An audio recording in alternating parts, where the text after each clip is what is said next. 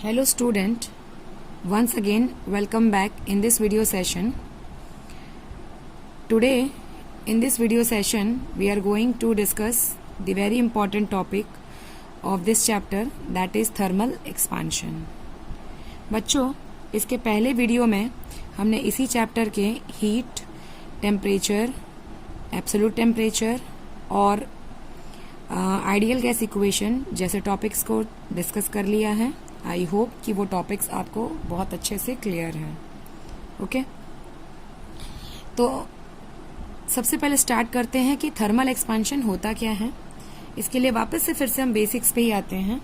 और बेसिक्स क्या है कि वी नो दैट कि matter in our surrounding is generally found in three state. First one is solid, second one is liquid and third one is gas. Okay, ये सब हम जानते हैं कि मैटर जो हमारे सराउंडिंग में जो भी एग्जिस्ट करता है वो इन्हीं तीन स्टेट में होता है, generally solid, liquid and gas. We also know that कि अगर इन तीनों स्टेट को हम हीट करते हैं तो इनके अंदर एक चेंज आता है. और वो चेंज क्या है? एक्सपांशन का. ये स्टेट क्या होता है? एक्सपांड होता है. ये हम जानते हैं. जब हमने थर्मोमीटर पढ़ा था वहां पे मैंने आपको बताया था कि अगर सॉलिड, लिक्विड, गैस को अगर हीट करें तो वो चीजें क्या होती हैं? एक्सपांड होती है. सॉलिड को हीट करेंगे वो लिक्विड में बदलेगा, एक्सपांड हुआ. लिक्विड को हीट करेंगे वो गैस में बदलेगा, एक्सपांड हुआ. तो मैटर का कोई भी स्टेट ले लो, अगर आप उसको हीट करते हो तो वो क्या होता है? एक्सपांड होता ही होता है.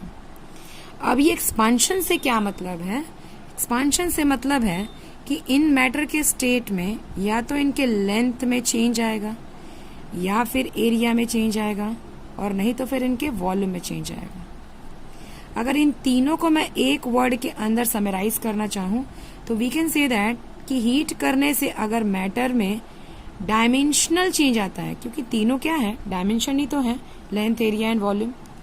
लेंथ, ब्रेथ एंड हाइट, यही तो डायमेंशंस होते हैं किसी भी मैटर के.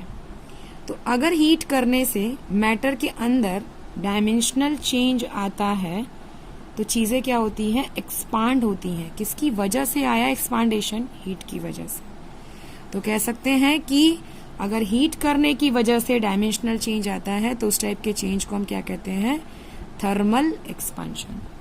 ओके, तो इस थर्मल एक्सपांशन का आप देख ही रहे हो कि तीन तरह का चेंज हुआ है. लेंथ में चेंज हुआ है, एरिया में और वॉल्यूम में. तो इस तरीके से थर्मल एक्सपांशन के तीन टाइप्स बनते हैं. तो आने वाले वीडियो में हम इसी थर्मल एक्सपांशन के इन तीनों टाइप्स को डिस्कस करेंगे. बट यहाँ पे अभी फिलहाल हमने क्या देखा कि थर्मल एक्सपांशन है क्या. तो dimensional change due to heat known as thermal expansion. Okay, clear है यहाँ तक? Now we are going to learn और discuss what is the cause behind this expansion. इस थर्मल एक्सपांशन के पीछे रीजन क्या है, कारण क्या है. तो आइए अब हम देखते हैं व्हाट इज द रीजन और what is the cause of thermal expansion. तो बच्चों, अगर हम रीजन की बात करते हैं तो फिर से बेसिक्स पे ही आते हैं. वी नो दैट कि मैटर जो है वो बनता किससे है? Matter is made up of a tiny और tiny particles which are known as atom. And atom combines with another atom, it will forms molecule. तो बेसिकली मैं इसके अंदर बात करने वाली हूं कि जो मैटर है it is made up of A molecule, several molecules. Okay, बहुत सारे मॉलिक्यूल्स से मिलके बनता है. ओके, तो कंसिडर करते हैं यहाँ पे एक ब्लॉक को, और ये जो ब्लॉक है वो किस स्टेट में है? सॉलिड स्टेट में है. ओके, तो बहुत सारे मॉलिक्यूल्स से मिलके बना होगा. ये सब हमने 9th में पढ़ लिया है कि ये जो मॉलिक्यूल्स है वो कॉम्पैक्ट होंगे, बहुत ज्यादा होगा इनके बीच में फोर्स ऑफ अट्रैक्शन, तो इनके बीच में मोशन होगा, ये होगा, वो होगा. ये सब हमने पढ़ लिया है. बेसिकली मैं कंसिडर करती हूँ इसके कॉर्नर वाले मॉलिक्यूल्स को और थोड़ा सा इसको जूम करते हैं. मतलब कह सकते हैं कि अभी सॉलिड के अंदर जितने भी मॉलिक्यूल्स हैं उनको हम देख सकते हैं. ठीक है, तो कंसिडर करते हैं कि ये दोनों मॉलिक्यूल्स क्या है? आजू बाजू वाले हैं. मतलब कि इस जो बड़े, मैंने पहले सॉलिड लिया था उसको थोड़ा जूम किया हमने और जूम करके एक छोटा सा हिस्सा उसका निकाल लिया है. और ये जो चारों मैंने यहाँ पे मॉलिक्यूल्स बनाए हैं, मैं यहाँ बना लेती हूँ इसको जूम किया हमने. और जूम करने के बाद इसके 4 जो मॉलिक्यूल्स हैं, वहाँ कह सकते हैं कि पड़ोसी वाले, नेबरिंग जो और एडजेसेंट वाले जो मॉलिक्यूल्स हैं वो कुछ इस तरीके से हैं। ओके, जूम करने के बाद, ओके, इसको थोड़ा जूम कर लेते हैं। तो ये जो सॉलिड है इसका टेम्परेचर है 15 डिग्री सेल्सियस। ओके, अब इसको क्या करते हैं, हीट करते हैं, और हीट करके लेकर जाते हैं हम नियर अबाउट 50 डिग्री सेल्सियस तक। तो आप ही मुझे बताना कि इसको 50 डिग्री सेल्सियस तक अगर हीट करेंगे तो क्या होगा। ये जो सॉलिड है आपको इतना बड़ा दिखाई देगा, सॉलिड का जो ब्लॉक है वो इतना बड़ा दिखाई देगा। मैं फिर से कुछ इस तरीके से कर लेती हूँ, ठीक है। ये वही ब्लॉक है जिसको हमने हीट किया, तो देखो कैसा हो गया, ठीक है। अब आप देख रहे होंगे कि यहाँ पे क्या हुआ है कि जो भी नेबरिंग मॉलिक्यूल्स थे उनकी रियल पोजीशन के अंदर क्या हुई है, शिफ्टिंग हुई है, ठीक है। और कह सकते हैं कि वो अपनी एक्चुअल जगह से एक्सपांड हो गए हैं, बाहर की तरफ भाग गए हैं।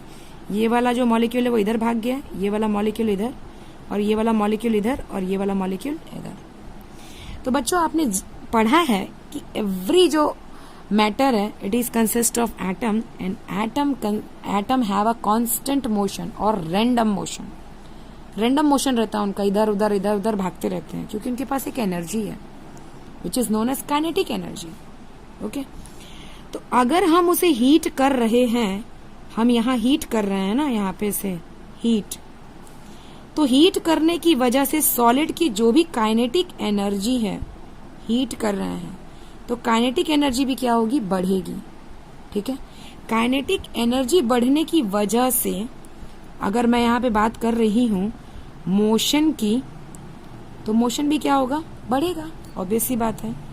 तो इस मोशन के बढ़ने से और काइनेटिक एनर्जी के बढ़ने से अगर मैं यहाँ पे एक मॉलिक्यूल को कंसिडर करती हूँ, तो ये मॉलिक्यूल 15 डिग्री सेल्सियस पे कुछ इस तरीके से मोशन कर रहा था, ठीक है। इस तरीके से मोशन, इस मोशन को मैं नाम दे देती हूँ particular, that is the vibrational motion. Vibrational motion, vibrate कर रहे हैं। अब ये वाइब्रेशन ऐसे भी हो सकता है, ऐसे भी हो सकता है, कैसा भी हो सकता है, रैंडम हो सकता है, तभी तो इसका जो शेप और साइज है वो बढ़ा है। आप देख रहे हो कि जो ब्लॉक है वो इधर से भी बढ़ गया है और ऊपर से भी बढ़ गया है ना। मतलब जो शिफ्टिंग है वो इधर भी हुई है और मतलब अप एंड डाउन में भी हुई है। इसलिए मैंने बोला कि मोशन कैसा भी हो सकता है, रैंडम मोशन है। ओके, तो अब हम बात करते हैं कि ऐसा हुआ क्यों। क्योंकि आपने हीट किया तो काइनेटिक एनर्जी बढ़ी। काइनेटिक एनर्जी बढ़ने से क्या होता है कि जो भी दो नेबरिंग मॉलिक्यूल्स हैं इनके बीच का जो डिस्टेंस है, इस डिस्टेंस को कहते हैं inter molecular distance. Inter molecular distance, ये जो इंटर मॉलिक्यूलर डिस्टेंस है, इस हीट करने की वजह से या फिर इनकी काइनेटिक एनर्जी बढ़ने की वजह से क्या हो जाता है, बढ़ जाता है।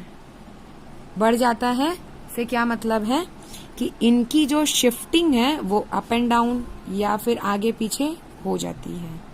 ओके, समझ में आया बच्चों। तो ये हो गया जनरल सा कंसेप्ट कि थर्मल एक्सपेंशन का कॉज क्या है कि काइनेटिक एनर्जी बढ़ने की वजह से, और कह सकते हैं कि इनके बीच का वाइब्रेशन बढ़ने की वजह से जो इन्हें ज्यादा स्पेस की जरूरत है।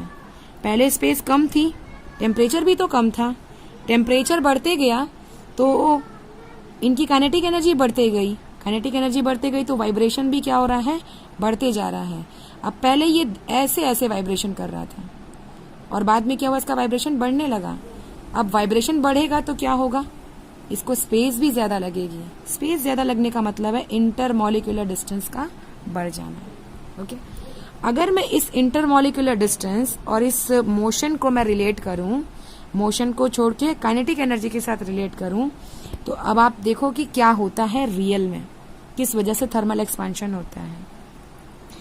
जब बच्चों 15 डिग्री सेल्सियस पे ये जो मॉलिक्यूल था, कह सकते हैं कि इस समय भी तो वाइब्रेट कर रहा है, 50 डिग्री सेल्सियस भी वाइब्रेट कर रहा है।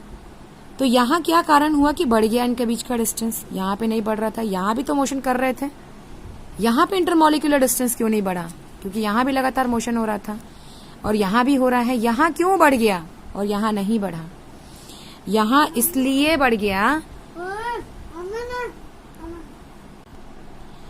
वो क्यों बढ़ गया है? क्योंकि 15 डिग्री सेल्सियस पे ये पार्टिकल मोशन कर रहे थे, वाइब्रेट कर रहे थे, बट ये जितना अंदर जाता है उतना ही बाहर जाता है।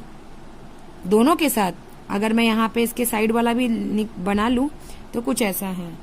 दोनों के दोनों जितना बाहर जाते हैं उतना ही अंदर आते हैं। तो अगर इनके बीच के इंटरमॉलिक्यूलर डिस्टेंस को एवरेजली देखा जाए तो वो कैसा होगा? हर बार सेम ही होगा, ठीक है, क्योंकि एनर्जी क्या है इनकी? सेम है, टेम्परेचर सेम है।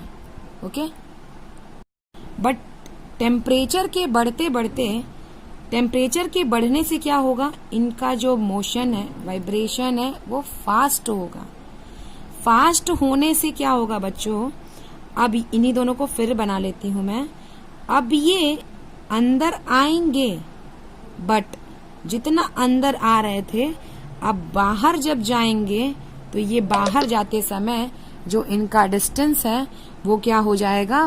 बढ़ जाएगा। आप देख ही रहे हो। तो इस केस में अगर मैं इनकी एवरेज इंटरमॉलिक्यूलर डिस्टेंस को कैलकुलेट करूं तो इनका एवरेज मॉलिक्यूलर डिस्टेंस यहाँ होगा। मतलब एक्चुअली अब ये पार्टिकल्स और मॉलिक्यूल्स यहाँ होंगे, एक्चुअली यहाँ होंगे, मतलब यहाँ से यहाँ चले गए अगर एवरेज मॉलिक्यूलर डिस्टेंस की बात करते हैं तो मुझे लगता है बच्चों आपको समझ में आ गया होगा कि ये जो थर्मल एक्सपांशन है वो क्यों होता है। क्योंकि जैसे जैसे हम टेम्परेचर बढ़ाते हैं, इस टेम्परेचर के बढ़ने के साथ क्या होता है? इनका वाइब्रेशन बढ़ते जाता है, जिसकी वजह से इन्हें स्पेस चाहिए, और कह सकते हैं कि इनके एवरेज, अगर इनका हम एवरेज इंटरमॉलिक्यूलर डिस्टेंस निकालें तो वो बढ़ते जाता है। आप बच्चों केमिस्ट्री के अंदर एक ग्राफ पढ़ोगे टेम्परेचर और एनर्जी के बीच में। अगर मैं इनकी एनर्जी, काइनेटिक एनर्जी और अगर इन टेम्परेचर के बीच में अगर एक ग्राफ बनाऊं, जो बच्चे कॉम्पिटिटिव एग्जाम की तैयारी कर रहे हैं उनके बुक में ये ग्राफ दिया भी होगा, तो वो ग्राफ कुछ ऐसा है। आप देख रहे होंगे कि ग्राफ में जो कर्व मैंने बनाया है वो कर्व सिमेट्री नहीं है, असिमेट्री है। सिमेट्रिकल होता तो कुछ ऐसा होता। तो सिमेट्रिकल होता तो आपको पता है इनकी पोजीशन चेंज नहीं होती, चाहे आप कितना भी हीट कर लो, इनका शेप साइज कुछ नहीं बदलता। बट ये ग्राफ आप देख रहे हो, ये आपकी एनर्जी है और ये टेम्परेचर है।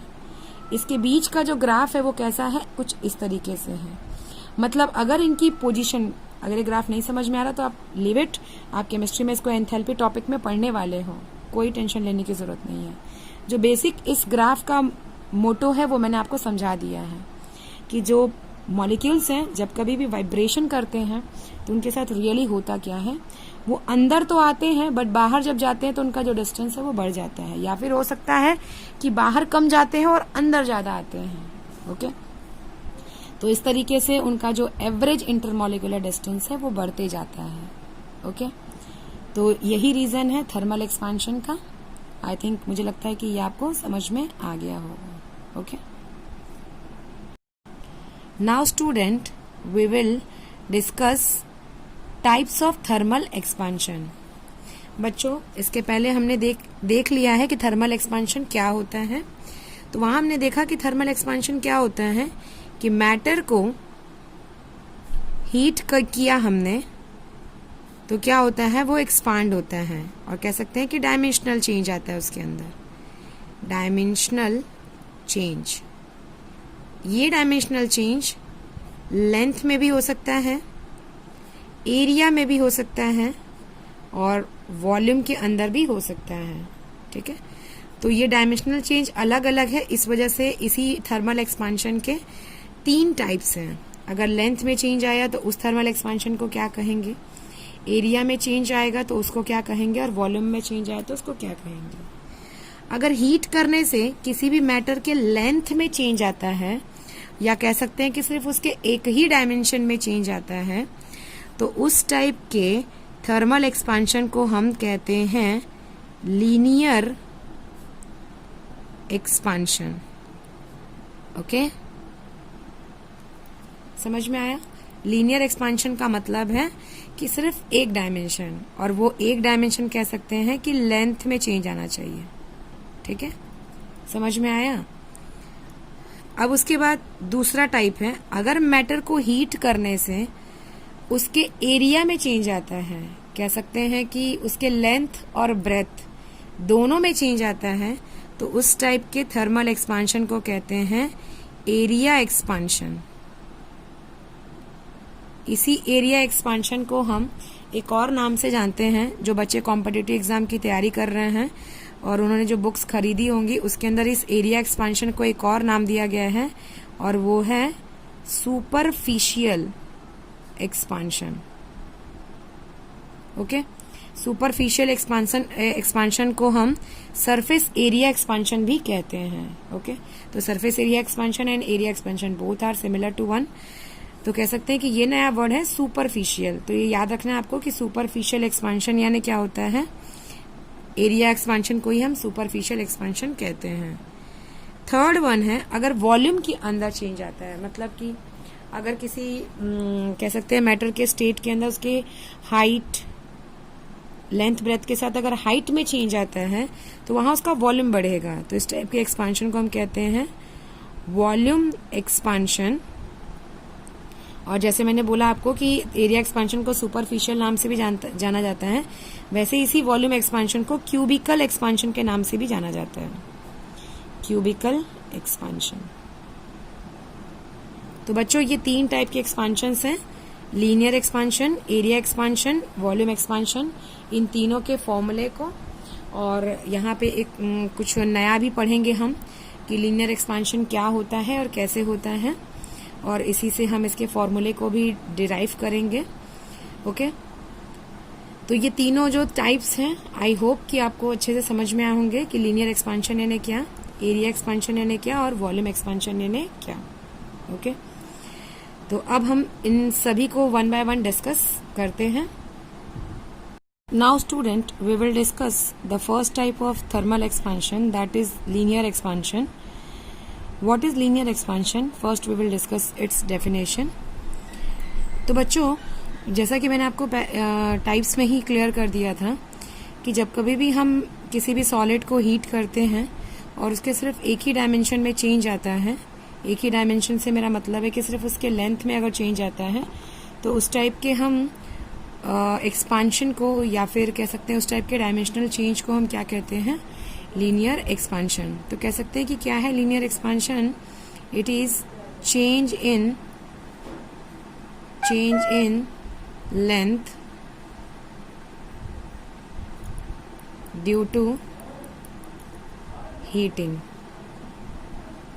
अगर हीट करने की वजह से अगर लेंथ के अंदर चेंज आता है तो हम उसे क्या कहते हैं, लीनियर एक्सपांशन कहते हैं। ओके, तो एग्जाम्पल लेके समझ लेते हैं कि अगर एक हमारे पास में वायर है जिसकी जो लेंथ है लेट अस से कि L है, तो अगर इस वायर को हम हीट करते हैं तो जो इसकी लेंथ है अगर वो बढ़ जाती है, सपोज दैट कि इसकी जो लेंथ है वो इतनी बढ़ गई है और इस लेंथ, बढ़ी हुई लेंथ को हम इंडिकेट करते हैं डेल्टा L से। ओके, जो डेल्टा L है वो इस लेंथ L लेंथ के वायर में जो भी लेंथ के अंदर चेंज आया है उसको रिप्रेजेंट करता है, मतलब इस पोर्शन को हम कहेंगे डेल L। ओके, तो इस वायर को हीट करने की वजह से अगर इसके लेंथ में कोई चेंज आता है तो हम उस टाइप के एक्सपांशन को कहते हैं लीनियर एक्सपांशन।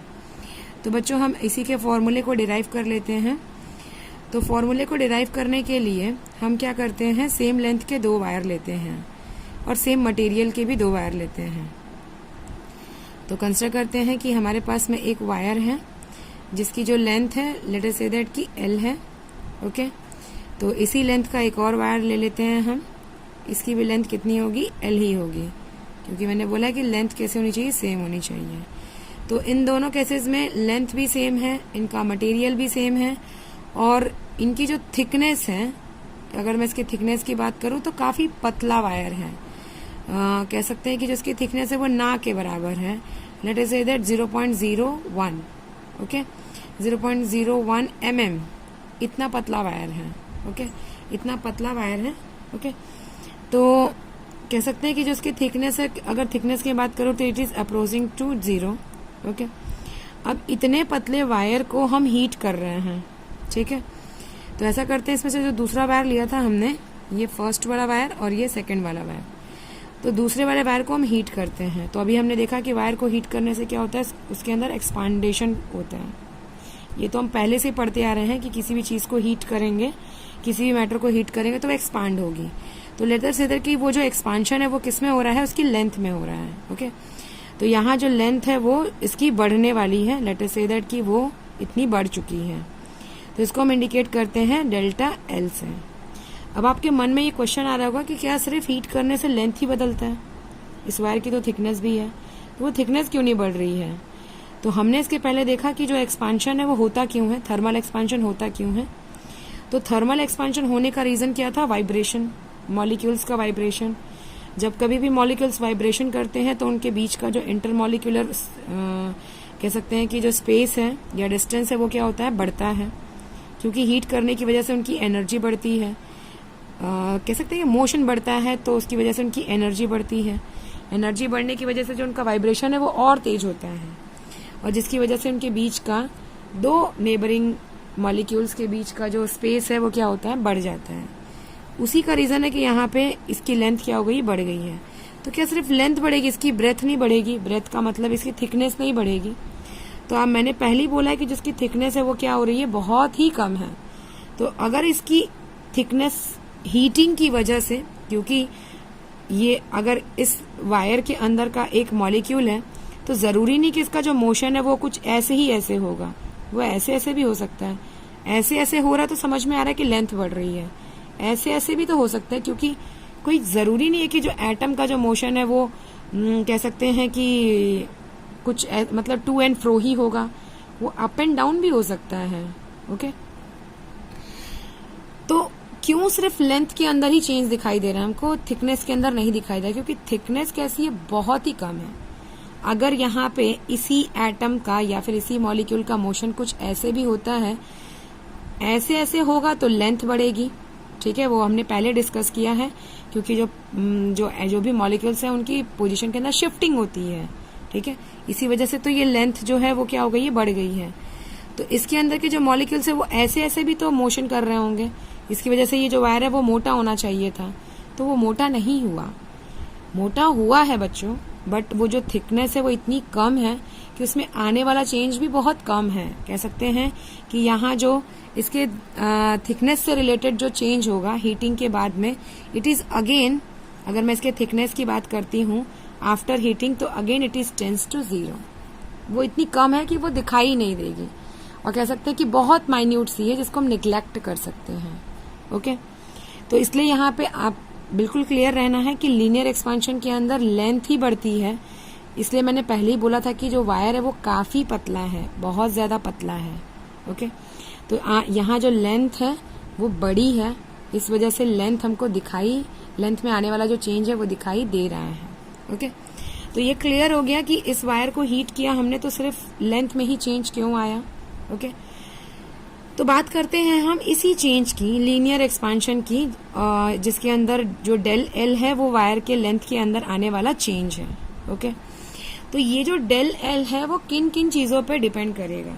ठीक है, तो मैं पहले बता दूं आपको कि इस फॉर्मूले को डिराइव करने के लिए ये एक्सपेरिमेंट काफी बार काफी सारे वायर्स के साथ और डिफरेंट डिफरेंट मटेरियल्स के साथ किया गया, और ये पाया गया कि ये जो डेल एल है वो डेल एल जो वायर की जो लेंथ है उस पर डिपेंड करता है सबसे पहले। ओके, अब कैसे करता है आप खुद सोचो कि मेरे पास पहले एक छोटा सा वायर था, इसको मैंने हीट किया तो जो इसके अंदर आने वाला जो चेंज था वो इतना था। ओके, मतलब ये एक वायर था, इसके अंदर जो आने वाला चेंज था इसके लेंथ के अंदर वो इतना था। अब बताना कि मेरे पास इतना बड़ा वायर है, तो क्या इसी को हीट करूंगी मैं तो क्या इसके अंदर भी इतना सा ही चेंज आएगा जितना इस छोटे से वायर के अंदर आया था? छोटा सा वायर अगर इतना बढ़ता है तो क्या बड़ा वाला वायर भी इतना ही बढ़ेगा जितना छोटे वायर के अंदर चेंज आया था? तो आपका आंसर होगा नहीं, इसके अंदर बड़ा चेंज आएगा। ठीक है, इसका मतलब क्या है कि ये जो डेल्टा एल है दोनों ही वायर के अंदर, छोटे और बड़े वायर के अंदर, वो डिपेंड किसके ऊपर करता है? लेंथ के ऊपर। जैसी लेंथ होगी वैसा डेल्टा एल के अंदर चेंज होगा। अगर मेरे पास 1 सेंटीमीटर का वायर था और यहाँ पे 1 मीटर का वायर है तो ये जो डेल्टा एल है इसकी लेंथ पे डिपेंड करेगा। यहाँ 1 सेंटीमीटर का है तो चेंज भी कैसा होगा? छोटा सा होगा।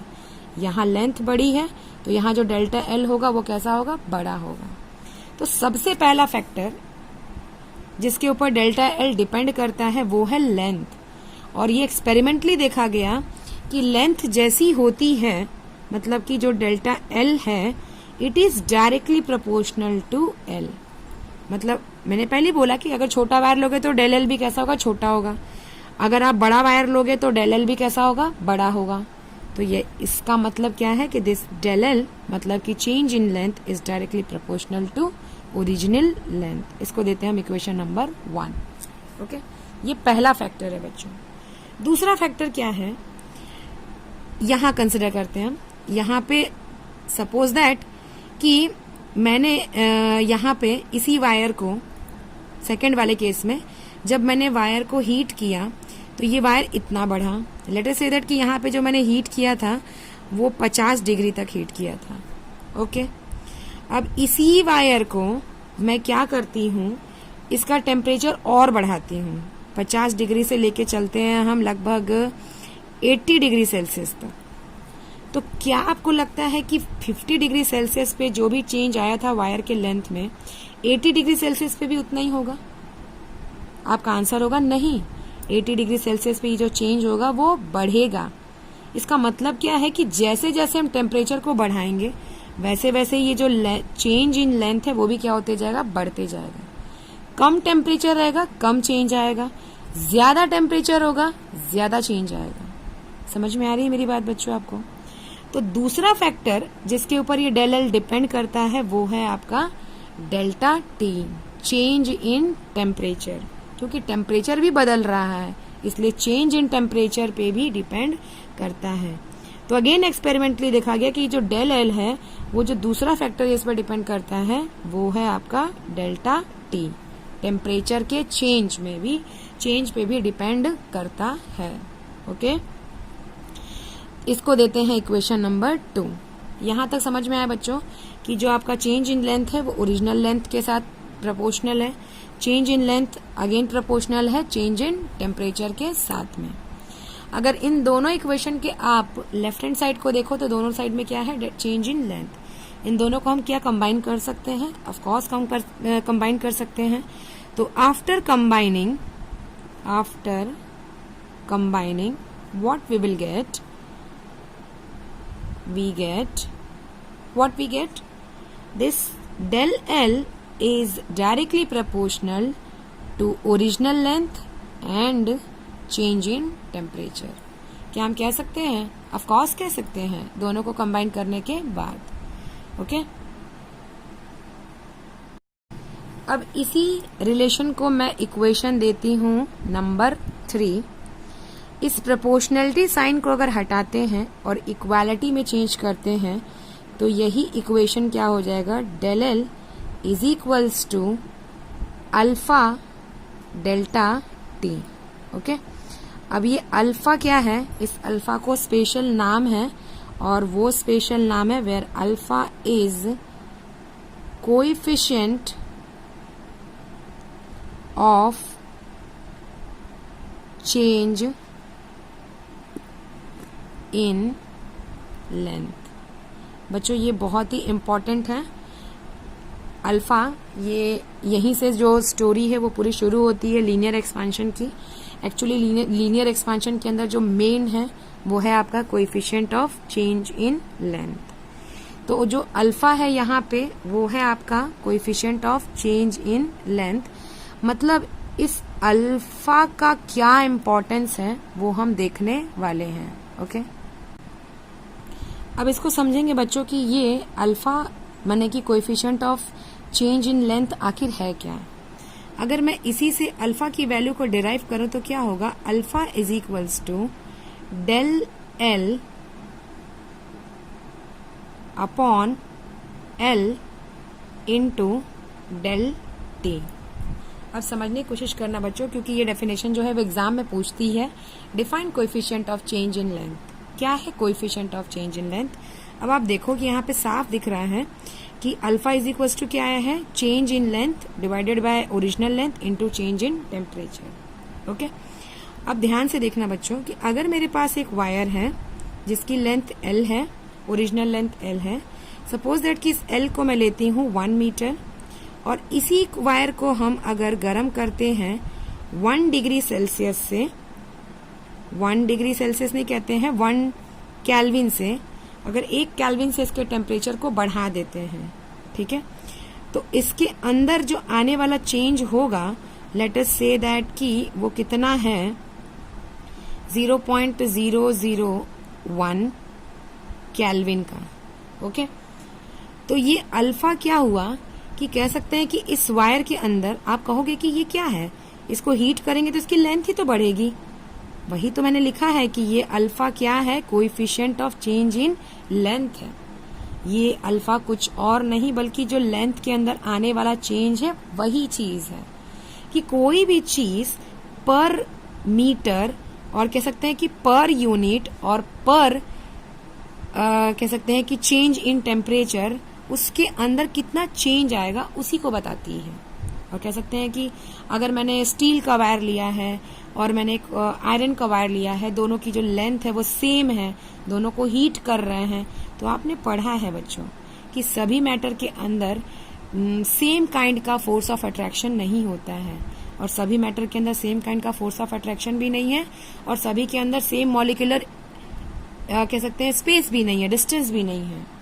तो क्या सभी के अंदर जो आने वाला जो चेंज है, हीटिंग के बाद जो आने वाला चेंज है रिगार्डिंग टू लेंथ, क्या वो सेम होगा? नहीं। तो ये जो अल्फा है वो डिपेंड करता है मटेरियल के नेचर पे भी कि किस टाइप का मटेरियल है। तो अगर एग्जाम में आपसे पूछता है कि what is coefficient of change in length, तो आपको बताना है कि it is what change in, आपको बता देना कि it is change in length पर unit length and per unit change in temperature, कि अगर यूनिट लेंथ और उसी यूनिट लेंथ के अंदर पर यूनिट कितना चेंज, टेम्परेचर को अगर चेंज किया जाए, पर यूनिट लेंथ के अंदर पर यूनिट टेम्परेचर से अगर चेंज किया जाए तो उसका लेंथ जो है वो कितना बदलेगा, उसी को हम कहते हैं coefficient of change in length. बहुत घुमाने वाली डेफिनेशन है बट आपको घबराना नहीं है कि वो डेफिनेशन है क्या। तो हम डिफाइन करते हैं यहाँ पे coefficient of change in length को सबसे पहले। तो बच्चों यहाँ पे हमने डेफिनेशन लिख ली है कि क्या है coefficient of change in length. Alpha क्या है? It is change in length, फॉर्मूले में ही देखना है आपको, it is change in length. Del L क्या है? चेंज इन लेंथ पर माने divide per unit length and per unit again del है तो per unit change in temperature, उसी को कहते हैं। और अगर आपको नहीं समझ में आए तो सिंपली आप कह सकते हो कि किसी भी वायर के अंदर कितना, किस पार्ट से चेंज आया है, किसी के लेंथ में कितना पार्ट से चेंज आया है, उसी को हम कहते हैं coefficient of change in length which is denoted by alpha. Okay, तो आई थिंक ये coefficient of change in length क्या है ये आपको समझ में आया है।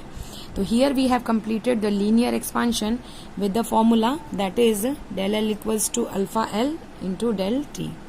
ये फॉर्मूला बच्चों आपको याद रखना है और साथ में इस को भी याद रखना है। अभी यहाँ पे मैं आपको आपकी एनसीईआरटी के बुक में कुछ एग्जाम्पल्स लिए हुए हैं, उनको समझाती हूँ कि क्या मतलब है उसका। आपकी एनसीईआरटी के बुक में कुछ एग्जाम्पल्स दिए हुए हैं इसी coefficient of change in length से रिलेटेड, एक टेबल में टेबुलेट किए हुए हैं, तो उन्हीं को लेते हैं और समझते हैं कि आखिर वो क्या कहते हैं, उनका मतलब क्या है। ओके, तो स्टूडेंट उस टेबल को समझने से पहले, ये रहा वो टेबल जो आपकी एनसीईआरटी के बुक में दिया हुआ है, इसी से समझने की कोशिश करेंगे कि coefficient of change in length आखिर है क्या चीज।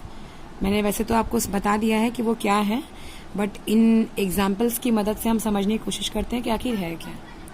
तो उसे समझने से पहले हम बात करते हैं कि इस coefficient of change in length का यूनिट क्या होगा। अगर यहाँ पे चेंज इन लेंथ देखते हैं तो चेंज इन लेंथ, अगर किसी चेंज इन लेंथ को मेजर करने जाए तो अगेन उसका ऐसा यूनिट क्या होगा? मीटर, डिवाइडेड बाय इस लेंथ का भी यूनिट क्या होगा? मीटर। टेम्परेचर के लिए जो ऐसा यूनिट है वो क्या है? केल्विन है। This metre will cancel with this metre, तो क्या बच 1 अपॉन केल्विन। तो इस तरीके से इस कह सकते हैं कि coefficient of change in length का जो एसआई यूनिट होगा वो क्या होगा आपका पर केल्विन। ओके, तो जब कभी भी इस coefficient of change in length के एसआई यूनिट की बात करते हैं तो वो क्या होती है पर केल्विन के अंदर। तो ये टेबल आप देख रहे होंगे कि यहाँ पे जो अल्फा की वैल्यू है वो एक टेम्परेचर को फिक्स किया गया है। वो टेम्परेचर कितना है 10⁻⁵ पर केल्विन। ओके, तो ये जो भी यहाँ पे आपको कोएफिशिएंट दिया हुआ है, coefficient of change in length alpha की वैल्यू, वो किसके लिए है 10⁻⁵ पर केल्विन। ओके, तो मैंने पहला जो मटेरियल लिया है वो है एल्यूमिनियम और दूसरा लिया है कॉपर। तो एल्यूमिनियम का जो coefficient of change in length है वो कितना है 2.5 और कॉपर का कितना है 1.7। दोनों को कंपेयर करते हैं तो जो कॉपर का है वो कितना है 1.7 है और एल्यूमिनियम का कितना है 2.5 है। अब इसका मतलब समझते हैं क्या होगा। अगर एल्यूमिनियम और कॉपर के दोनों के लेंथ को फिक्स किया जाए और दोनों को सेम टेम्परेचर पे हीट किया जाए तो आपको पता है कि जो डेल एल होगा, देखो मैंने डेफिनेशन में लिखा है कि it is change in length पर unit length and per unit change in temperature. दोनों का हमने लेंथ फिक्स कर दिया ओरिजिनल लेंथ, और दोनों के लिए टेम्परेचर भी फिक्स कर दिया है। ओके, वो टेम्परेचर कितना है 10⁵। ओके, अगर इस टेम्परेचर तक दोनों को हीट किया जाए, दोनों ही सेम लेंथ के वायर को, तो जो एल्यूमिनियम का वायर होगा जिसकी लेंथ सपोज दैट की एल थी, उसके अंदर कितना चेंज आएगा 2.5 का चेंज आएगा, और कॉपर का कितना होगा 1.5। मतलब इसके लिए डेल एल हमेशा कितना होगा 2.5 और इसके लिए डेल एल कितना होगा हमेशा ही 1.7।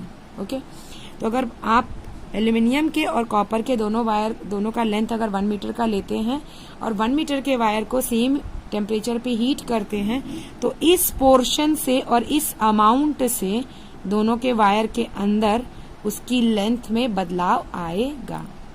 तो आई थिंक क्या होता है coefficient of change in length, ये आपको समझ में आएगा। इसके बाद वाले वीडियो में हम बात करेंगे हमारे सेकेंड और थर्ड टाइप ऑफ एक्सपेंशन की, जो कि है हमारा एरिया एक्सपेंशन और वॉल्यूम एक्सपेंशन। ओके।